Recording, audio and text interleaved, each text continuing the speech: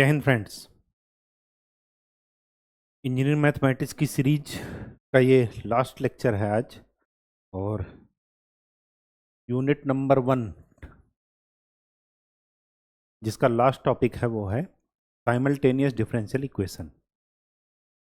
इसके पहले हमने यूनिट 3 पढ़ा रखी है, 4th पढ़ा रखी है, 5th पढ़ा रखी है, और लास्ट एक टॉपिक शायद बच जाएगा फूरियर सीरीज, वो देखेंगे क्योंकि उसमें ज़रूरत नहीं है पढ़ाने की, चीज़ें बहुत ही सिंपल हैं। तो आज का हमारा लास्ट टॉपिक है वो है simultaneous differential equation, engineering mathematics 2 है ये। ठीक है, तो चलिए स्टार्ट करते हैं। साइमल्टेनियस डिफरेंशियल इक्वेशन जो अभी तक हम लोग पढ़ चुके हैं, बस उसी को रिवीजन का यहाँ पर करना है, कुछ भी नया यहाँ पर नहीं है। साइमल्टेनियस डिफरेंशियल इक्वेशन क्या होती है, जैसे पिछले क्लासेज में हमने अगर कुछ ऐसी इक्वेशन दी होती थी 3x + 2y = 4 और 2x + y = 6, मतलब दो इक्वेशन दी गई हैं और दो वेरिएबल हैं आपके पास x और y, और इनको सॉल्व करना था। तो हम क्या करते थे, एक बार x को एलिमिनेट करते थे, एक बार y को, और फिर जा करके हमारे पास आंसर आ जाता था। ठीक वही चीज आप डिफरेंशियल इक्वेशन में अप्लाई करेंगे। जब दो डिपेंडेंट वेरिएबल एक ही इंडिपेंडेंट वेरिएबल पर डिपेंड करें, जैसे x और y दो डिपेंडेंट वेरिएबल हो गए, ये एक इंडिपेंडेंट वेरिएबल t पर डिपेंड कर रहे हैं, तो जो यहाँ पर x और y की इक्वेशन बनी है वैसे ही यहाँ पर डिफरेंशियल इक्वेशन x और y की विद रिस्पेक्ट टू t बनेगी। जैसे ये लिख दिया जाए 3dx/dt + 2dy/dt = 4, और दूसरा लिख दिया जाए 2dx/dt + dy/dt = 6।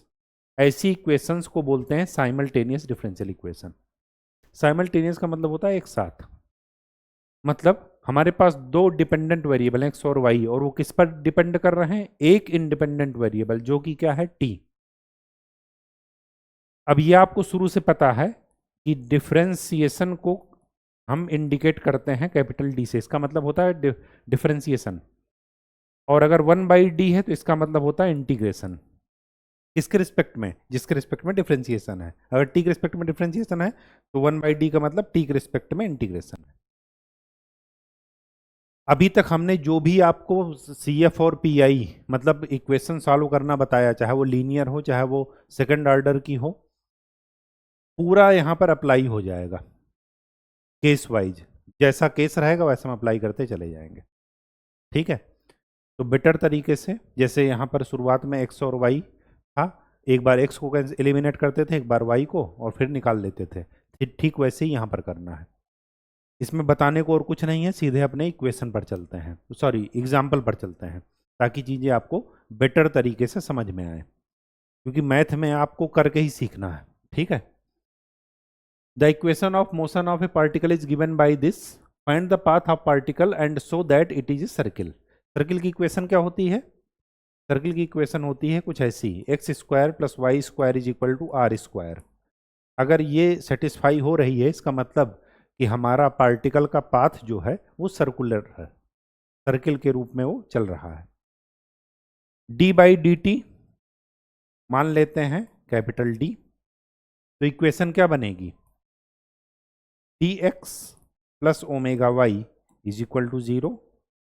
फिर क्या मिलेगा, सेकंड वाला, ये तो हुआ फर्स्ट वाला, सेकंड वाला इक्वेशन क्या बनेगा, dy - ωx = 0।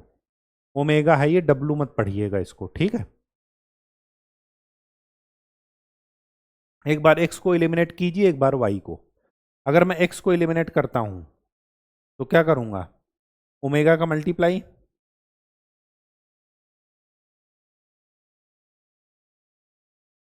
यहां पर ओमेगा का मल्टीप्लाई कर देता हूं, और यहां पर d का। अब ध्यान दीजिएगा, d एक ऑपरेटर है, तो ऑपरेटर हमेशा लेफ्ट साइड से ऑपरेट करेगा। मतलब अगर मैं यहां पर ओमेगा का मल्टीप्लाई करूं तो मैं क्या लिखूंगा, omega D x plus omega square Y is equal to 0, equation first. और अगर मैं डी का मल्टीप्लाई इसमें करता हूं तो डी एक ऑपरेटर है, तो ऑपरेटर हमेशा लेफ्ट साइड से ऑपरेट करेगा। तो मैं यहां पर क्या लिखूंगा, D two Y minus omega D X is equal to 0, equation 2। दोनों को ऐड कर देते हैं, क्यों, क्योंकि x को एलिमिनेट हो जाएगा, ये और ये कैंसिल हो जाएंगे ऐड करने पर, ये प्लस है ये माइनस है, फिर क्या आ जाएगा, D two Y plus omega square Y is equal to 0। अब ये सेकेंड ऑर्डर की डिफरेंशियल इक्वेशन है। सेकेंड ऑर्डर की डिफरेंशियल इक्वेशन का सोल्यूशन क्या होता है, सोल्यूशन होता है C F plus P I. P I तो 0 आएगा क्योंकि राइट साइड में 0 है। सी एफ क्या निकलेगा, ऑक्सिलरी इक्वेशन बनाइए पहले।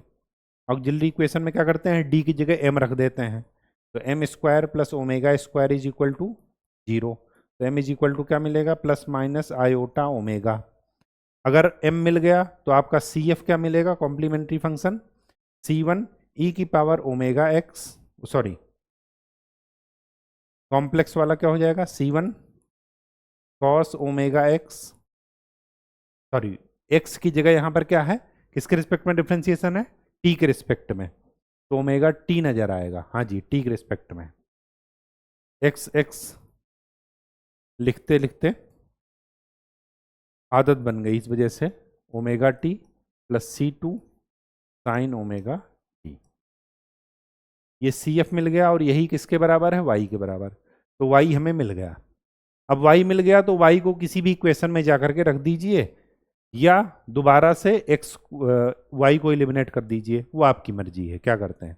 अगर मैं वाई की ये वैल्यू यहाँ पर जाकर के पुट कर देता हूँ, या यहाँ पर ही पुट करता हूँ सेकंड वाले में, तो मुझे क्या मिलेगा, मुझे मिलेगा D Y is equal to omega x.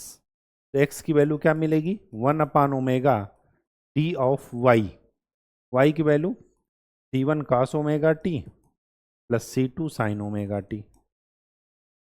चलिए डी का मतलब क्या है, differentiation with respect to t, ये आप पहले ही लिख चुके हैं, तो जरा इसको डिफरेंशिएट कर दीजिए with respect to t. Cos का डिफरेंशिएशन माइनस साइन, तो C1 omega sine omega t plus C2 omega cos omega t. Omega से ओमेगा कैंसिल, तो एक्स की वैल्यू क्या मिली, minus C1 sine omega t और plus C2 cos omega t. ये मिला x, वो मिला y। अब अगर x और y को ऐड कर दिया जाए स्क्वायर करके, तो क्या देखिए कांस्टेंट टर्म मिल रहा है। अगर ऐसा मिल रहा है तो इसका मतलब कि हमारा जो पार्टिकल का पाथ है वो क्या होगा, सर्कुलर। तो जरा रख करके देखते हैं, एक्स स्क्वायर अगर मैं इसको स्क्वायर करूं तो a माइनस बी का होल स्क्वायर क्या हो जाएगा, A square plus B square. X की वैल्यू रख दीजिए ना, इतना मत सोचिए।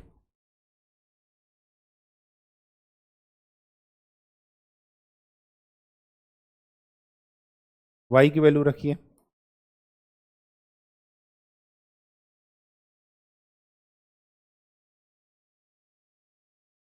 लेफ्ट हैंड साइड स्क्वायर कीजिए, a माइनस बी का whole square, A square plus B square plus 2ab, A minus B है तो माइनस 2ab।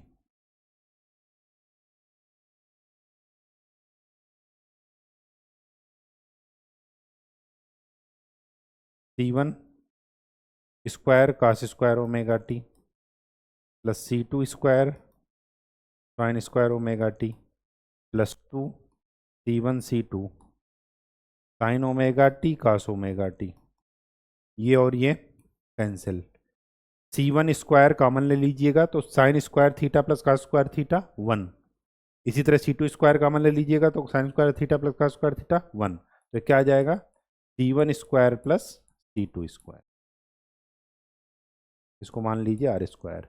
इसका मतलब क्या है कि जो पार्टिकल है वो कैसा पाथ फॉलो कर रहा है, सर्कुलर। क्यों? क्योंकि सर्किल की इक्वेशन सेटिस्फाई हो रही है। ठीक है, कहानी समझ में आ गई। चलिए नेक्स्ट क्वेश्चन, हमें एक्स और वाई की वैल्यू निकालनी है। ये आंसर लिखा है इधर राइट साइड में। तो बिना संकोच किए डी बाई डी टी को कैपिटल डी मान लिए, तो मैं यहां पर क्या लिखूंगा, D X is equal to Y plus one, और यहां पर क्या लिखूंगा, D Y is equal to X plus one.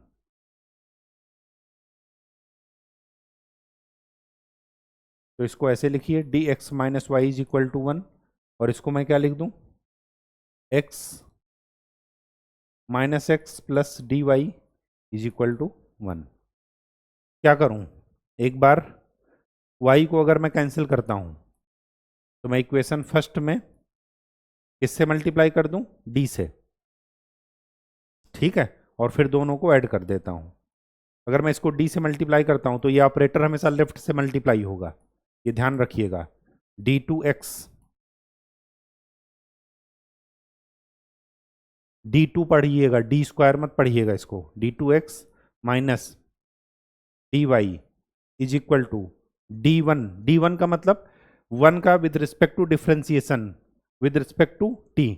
तो वन तो कांस्टेंट है, कांस्टेंट के रिस्पेक्ट में डिफ्रेंसिएशन क्या हो जाएगा, जीरो। ओ कांस्टेंट का डिफ्रेंसिएशन क्या हो जाएगा, जीरो, तो ये जीरो हो गया। नीचे वाला क्या लिखा है, minus X plus D Y is equal to one. दोनों को ऐड कर दीजिए, ऐड करेंगे तो ये कैंसिल हो जाएंगे। तो यहाँ पर क्या मिला, D square minus one, sorry d2 minus one x is equal to one. अब ये क्या है, ये एक सेकंड ऑर्डर डिफरेंशियल इक्वेशन, उसका सोल्यूशन क्या होगा, C F plus P I. तो पहले ऑक्सिलरी इक्वेशन बनाइए। ऑक्सिलरी इक्वेशन क्या हो जाएगी, m square minus one is equal to zero, तो M is equal to plus minus one. तो ऑक्सिलरी इक्वेशन में सी एफ क्या मिला, सी वन ई की power t plus C two e की पावर माइनस टी। ये तो मिल गया सी एफ, और इसका पी आई निकालिए। पी आई क्या मिल जाएगा, वन अपान डी की power two minus one. One को मैं क्या लिख दूं, इन टू ई की पावर जीरो टी। ई की पावर ए एक्स जब होता है तो डी की जगह ए रख देते हैं, ए की जगह क्या है, जीरो। तो अगर मैं रखता हूं यहाँ पर जीरो तो क्या मिलेगा, वन अपान माइनस वन, मतलब माइनस वन। तो सी एफ मिल गया, पी आई मिल गया। तो आपका सोल्यूशन क्या मिला, सी वन ई की power t plus C two e की power minus t minus one. ये मिल गया एक्स। एक्स की वैल्यू अगर पता चल गई तो वाई की वैल्यू फर्स्ट इक्वेशन में जा करके रख दीजिए, वो निकाल लीजिए। तो क्या मिल जाएगा, D X is equal to Y plus one है, तो डी एक्स की वैल्यू रखिए सी वन ई की power t plus C two e की power minus t minus one is equal to Y plus one. D का मतलब differentiation with respect to t, कीजिए इसका डिफ्रेंसिएशन। तो सी वन ई की power t minus C two e की power minus t minus one is equal to Y plus one. तो यहाँ से वाई की वैल्यू क्या मिली, सी वन ई की power t minus C two e की power minus t minus two. Y ये मिल गया, एक्स ये मिल गया। देखिए आंसर मिल रहा है आपका, देखिए। ठीक है, यहां पर ओहो क्या गड़बड़ हुई, ये देखिए। इसका डिफ्रेंसिएशन हमने ये लिख दिया, e की पावर x का e की पावर x, e की पावर माइनस एक्स का माइनस e की पावर माइनस एक्स। वन का डिफ्रेंसिएशन क्या हो जाएगा, जीरो। तो ये वन इधर आ जाएगा। तो ये आपका आंसर होगा। ठीक है, जल्दीबाजी में गलत हो गया था, ये y है ये x है, यही आपका आंसर आ रहा है। नेक्स्ट चलिए, यहां पर कांस्टेंट निकालने के लिए आपको ये दे दिया गया है कंडीशंस। चलिए निकालते हैं। डी बाई डी टी की जगह मैं क्या लिख दूं, कैपिटल डी। तो मैं क्या लिखूंगा, D x plus Y is equal to sine T. यहां पर मैं क्या लिखूंगा, D Y plus X is equal to cos T. क्या कैंसिल करेंगे, एक्स या वाई, चलिए पहले एक्स कैंसिल करते हैं। तो एक्स कैंसिल करने के लिए यहां पर डी से मल्टीप्लाई कर देते हैं। मल्टीप्लाई करेंगे डी से तो मैं क्या लिखूंगा, d2y plus dx is equal to D of cos T. Cos T का डिफ्रेंसिएशन माइनस साइन टी। तो आपकी एक इक्वेशन बची dx plus Y is equal to sine T, यही इक्वेशन है। और ये वाली इक्वेशन क्या बन गई, ये बन गई dx plus d2y is equal to minus sine T. क्या कर दूं, x अगर कैंसिल करना है, दोनों प्लस में है तो माइनस कर दीजिए, ये और ये कैंसिल, तो क्या बचा 1 minus d2y is equal to 2 sine T, ये मिला। अब ये क्या है, सेकंड ऑर्डर डिफरेंशियल इक्वेशन है। और सेकंड ऑर्डर डिफरेंशियल इक्वेशन को सॉल्व करने का तरीका क्या है कि y is equal to C F plus P I. C F निकालने के लिए पहले ऑक्सिलरी इक्वेशन बनाइए, और ऑक्सिलरी इक्वेशन क्या कहती है, 1 minus M square is equal to 0, तो m is equal to plus minus 1।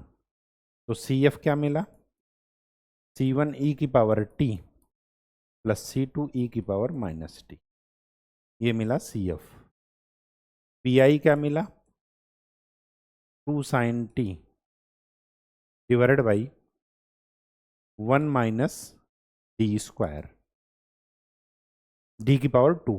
जब साइन ए एक्स या कॉस ए एक्स होता है तो याद कीजिए, तो डी स्क्वायर की जगह क्या रख देते हैं, माइनस ए स्क्वायर। ए की वैल्यू क्या है यहाँ पर 1, तो मैं यहाँ पर क्या रख दूँ माइनस 1, तो 2 sine T divided by 1 minus minus 1। D square की जगह रखते हैं माइनस ए स्क्वायर, ये ध्यान रखिएगा, माइनस ए का होल स्क्वायर मत कीजिएगा। तो ये क्या हो जाएगा 2, 2 से 2 कैंसिल, तो पी आई क्या मिला साइन टी। तो आपका y क्या मिला, c1 e की पावर t, c2 e की power minus T plus sine T, ये आपको y मिल गया। अगर y मिल गया तो x निकालने के लिए क्या करेंगे, पुट कर दें कहाँ पर, यहाँ पर पुट कर देते हैं सेकंड वाले में। तो x इज इक्वल टू क्या मिलेगा, D Y minus cos T. तो x equal to D Y minus cos T, ठीक है, यही मिलेगा ना। Cos T minus D Y,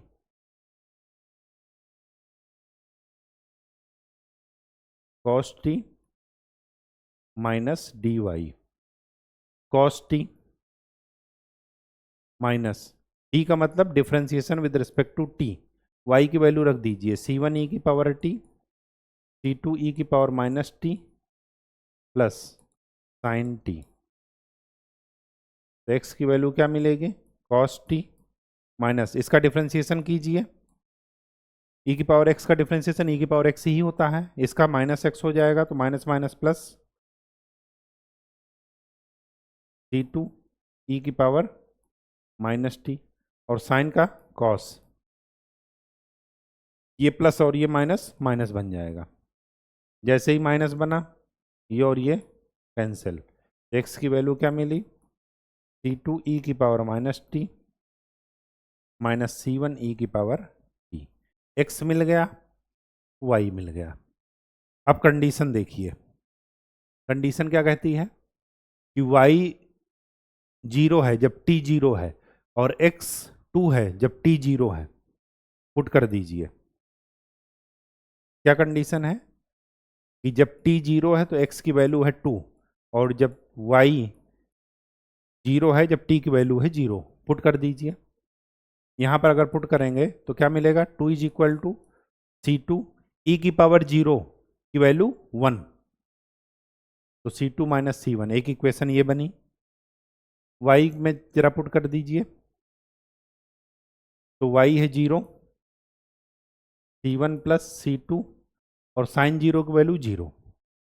अब यहाँ से इन दोनों को ऐड कर दीजिए, तो c1 कैंसिल, तो c2 की वैल्यू क्या मिली 1, c2 की वैल्यू 1 मिल गई, तो c1 की वैल्यू क्या मिल गई -1। c1 और c2 मिल गए, दोनों को जाकर के वहाँ पर रख दीजिए, तो x की वैल्यू क्या मिली, e की पावर माइनस टी प्लस ई की पावर टी, ये क्या मिला x, और y की वैल्यू क्या मिली माइनस ई की पावर टी प्लस ई की power minus T plus sine T, ये आपको y की वैल्यू। देखिए यही आपका आंसर आया होगा, ये देखिए यही आंसर है। ठीक है, तो चीज़ें बहुत ही आसान हैं, लेकिन तभी जब आपका कॉन्सेप्ट क्लियर हो। अगर कॉन्सेप्ट क्लियर नहीं है तो एक ही रास्ता है, प्रैक्टिस प्रैक्टिस प्रैक्टिस। ना कोई मंत्र पढ़ना है और ना ही और कोई किसी की शरण में जाना है। ठीक है, बस एक ही तरीका है, अच्छे से अभ्यास कीजिए। इसमें कुछ कुछ ज़्यादा जो है लेंदी आंसर आ रहा है, लेकिन कोई दिक्कत नहीं है, हमारा कॉन्सेप्ट वही है, सॉल्व करने का तरीका वही है। डी बाई डी टी को क्या मान लेंगे, कैपिटल डी। तो पहली इक्वेशन क्या बनेगी, D x plus 4x plus 3y is equal to t, यह है इक्वेशन फर्स्ट। ये क्या बन जाएगा 2x, sorry, D Y plus 2x plus 5y is equal to e की पावर टी। बिल्कुल भी घबराना नहीं है, 2 टर्म दिखे, 3 टर्म दिखे, 5 टर्म दिखे, टर्म की पावर दिखे, उससे कोई मतलब नहीं है, तरीका वही है। x वाले टर्म एक साथ ले लीजिए और एक बार x को कैंसिल करना, एक बार y को, बस सीधा सीधी सी बात यह है।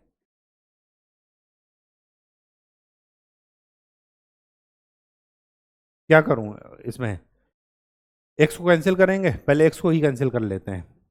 तो यहां पर 2 है, तो यहां पर 2 का मल्टीप्लाई कर देते हैं, और यहां पर है d+4, और यहां पर d+4 का मल्टीप्लाई कर देते हैं। अगर मैं मल्टीप्लाई करता हूं तो मुझे यहां पर क्या मिलेगा, 2d+4x plus 6y is equal to 2t। और अगर मैं यहां पर d+4, d एक क्या है ऑपरेटर है, तो d+4 लेफ्ट साइड से ऑपरेट करेगा, तो 2d+4x plus d+5 into d+4y is equal to d+4 E की पावर t। अब ध्यान से देखिए, इसको अलग अलग कर लीजिए, डी ई की पावर t प्लस 4e की पावर t। d का मतलब differentiation with respect to t, इसका डिफ्रेंसिएशन करेंगे तो वही आएगा, तो क्या हो जाएगा e की पावर t प्लस 4e की पावर t। इसका क्या मतलब है, इसका मतलब ये है कि 4 और प्लस 1 5, मतलब ये हो जाएगा 5e की पावर t। ठीक, तो इस पूरे की जगह हटा करके मैं क्या लिख दूं, 5e की पावर t।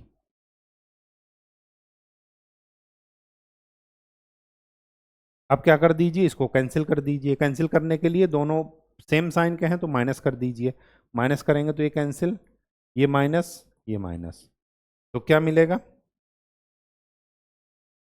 मिलेगा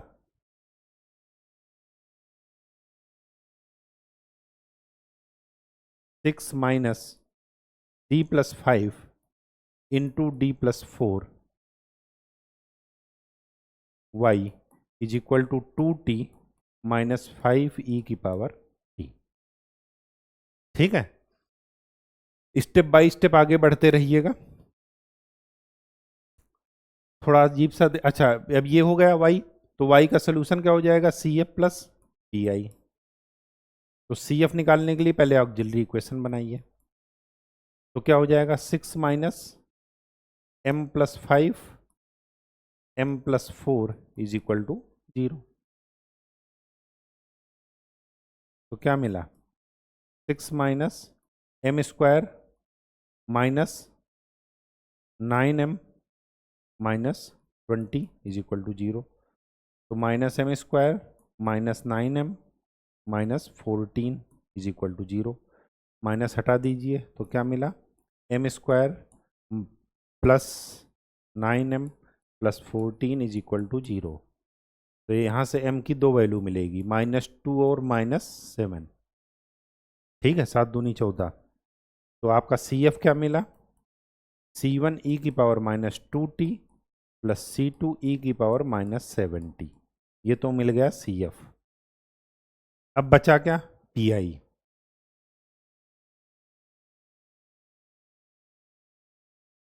PI क्या मिलेगा? 2t डिवाइडेड बाई, इसकी वैल्यू क्या आई थी?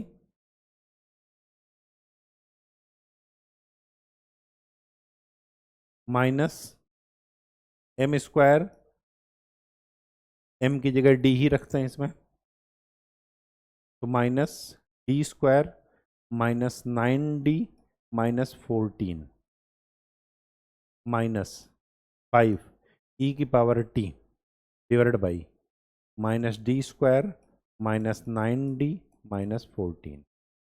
ठीक, जब x हो, अलजेब्रिक फार्म हो, तो क्या लगाते हैं? Binomial theorem.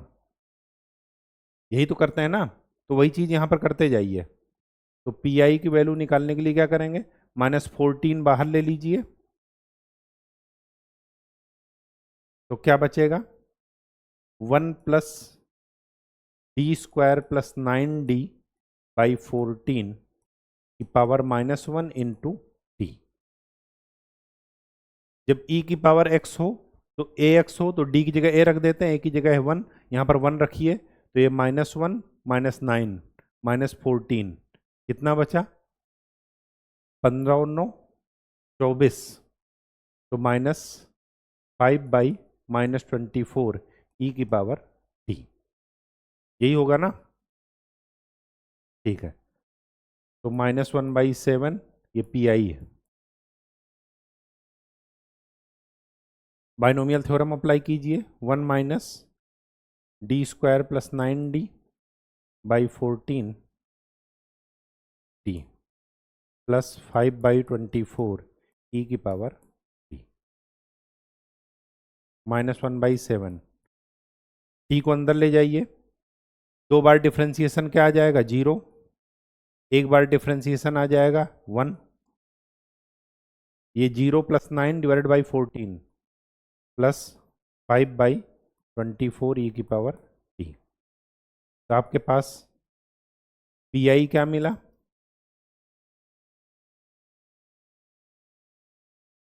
हाँ, 9/98 माइनस t/7 प्लस 5/24 ई की पावर टी। ये पी आई मिला, ये सी एफ मिला, तो y इज इक्वल टू क्या मिल जाएगा? C F plus P I. Y मिल गया, y की वैल्यू किसी भी इक्वेशन में रख दीजिए तो x मिल जाएगा। देखते हैं y का आंसर सही आया कि नहीं। -2 - 7 9/98 t/7 5/24। ये देखिए,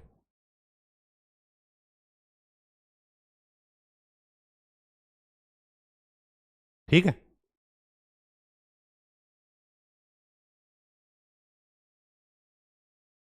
ये -2/3 नहीं होगा,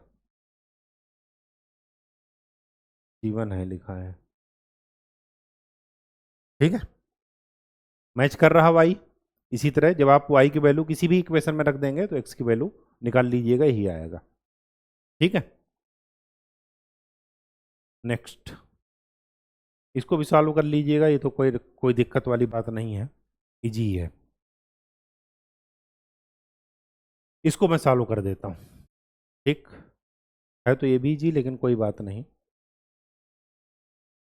क्योंकि तरीका वही है। ठीक है, चलिए, d/dt को क्या मानना है? Capital D.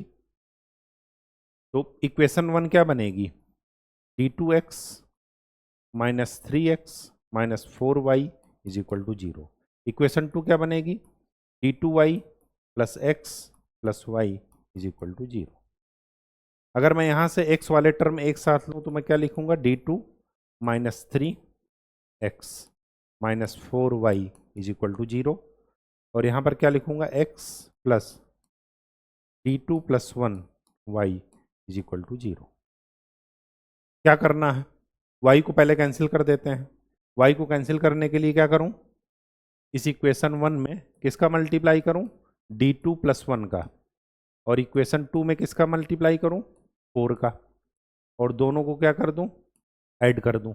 ऐड क्यों करूं, क्योंकि यहाँ पर है माइनस, यहाँ पर है प्लस, ऐड करने पर 0 हो जाएगा। तो मल्टीप्लाई कीजिए तो क्या मिलेगा, D2 3 into D2 1 D2 plus 1 x plus 4x is equal to 0। यही आएगा, क्योंकि ये तो कैंसिल हो जाएंगे दोनों। अब क्या बचा, ये एक सेकंड ऑर्डर या फोर्थ ऑर्डर कुछ भी कहिए डिफरेंशियल इक्वेशन है, तो इसका सोल्यूशन क्या हो जाएगा, x का solution CF plus PI। CF plus PI अगर निकला तो CF निकालने के लिए आप जल्दी इक्वेशन पहले निकालनी है। तो क्या हो जाएगा, m² minus 3 m² plus 1 plus 4 is equal to 0। तो क्या मिला, m की वैल्यू अभी मैं p मान लेता हूं थोड़ी देर के लिए, ताकि इक्वेशन हमारा m² की वैल्यू मैं p मान लेता हूं।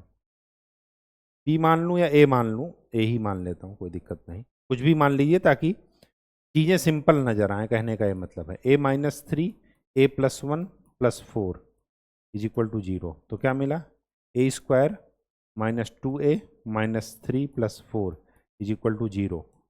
तो a² minus 2a plus 1 is equal to 0। तो a माइनस 1 का whole square is equal to 0। a की वैल्यू रख दीजिए, तो m² माइनस 1 का whole square is equal to 0। तो आपके पास m के 2 रूट मिले, +1 -1, और पावर 2 है, इसका मतलब कि +1 2 बार है और -1 2 बार है। तो CF क्या मिला, C1 e की power t plus C2 e की power -t plus t C3 e की पावर t और प्लस t C4 e की पावर -t। ये तो मिला CF। PI 0 है क्योंकि राइट साइड में 0 है। देखिए x का यही आंसर आया। देखिए इससे मत कंफ्यूज होइएगा कि 2C2 लिखा है 2C3, 2 भी क्या है, कांस्टेंट है। ठीक है, कहने का ये मतलब है। ठीक, ये मिल गया x। अब x की वैल्यू किसी भी इक्वेशन में जाकर रख दीजिएगा तो y मिल जाएगा और आपका आंसर आ जाएगा। ठीक है, तो ये आपका लास्ट क्वेश्चन था। आज के लिए इतना ही। आपका मैथमेटिक्स 2 वो समाप्त हो चुका है। अब जो भी पढ़ेंगे वो मैथमेटिक्स 3 पढ़ेंगे, और मैथमेटिक्स 3 में सबसे पहले हम स्टार्ट करेंगे डिफरेंशियल इक्वेशन, वो भी पार्शियल और हायर ऑर्डर की। जब नेक्स्ट क्लास से हम लोग वही करेंगे। एक लेक्चर और आपका बाकी है, लाप्लास ट्रांसफॉर्म का एप्लीकेशन बताना। वो मैंने करा रखा है, लेकिन फिर भी लोगों का डाउट आ रहा है तो मैं आपको बता दूंगा। तो मिलते हैं आपसे नेक्स्ट क्लास में, तब तक के लिए खूब अच्छे से पढ़ाई कीजिए, स्वस्थ रहिए, धन्यवाद।